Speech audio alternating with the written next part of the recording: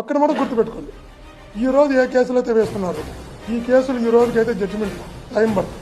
ఇదే కేసు 3 ఏళ్ళు 4 ఏళ్ళు ఖచ్చితంగా విచారణ ట్రైల్ అయ్యేటప్పటికి వస్తుంది.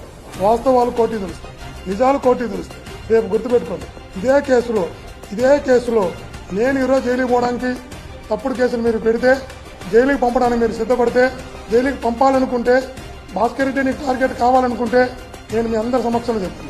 నన్ను ఎతకవలసిన అవసరం ఎవరికి లేదు. నా ఫోన్ ఆపు చేయండి, నేను ఎక్కడికి వెళ్ళను. తిరుపతి నుంచి రావడానికి 5-6 గంటలు మీరు టైం పడుతుంది అరెస్ట్ చేయడానికంటే రేపు ఉదయాన్నే వచ్చి మీ సిట్ ఆఫీస్ ముందర ఒక రూమ్ తీసుకుని ఆ రూమ్లోనే పనుకుంటా అరెస్ట్ చేసుకో. నా భార్య పిల్లలకు కూడా చెప్పా, మా అమ్మకు కూడా చెప్పా. చంద్రబాబు వచ్చాడు, అప్పుడు జైలుకి పంపాడు, మళ్ళా చంద్రబాబు వచ్చాడు, మళ్ళా జైలుకి పంపుతున్నాడు. ఓకే, దేవుడు ఉన్నాడు నా పక్క, న్యాయం ఉంది నా పక్క, నేను సిద్ధంగా ఉన్నా చెప్తే వాళ్ళు కూడా చెప్తారు.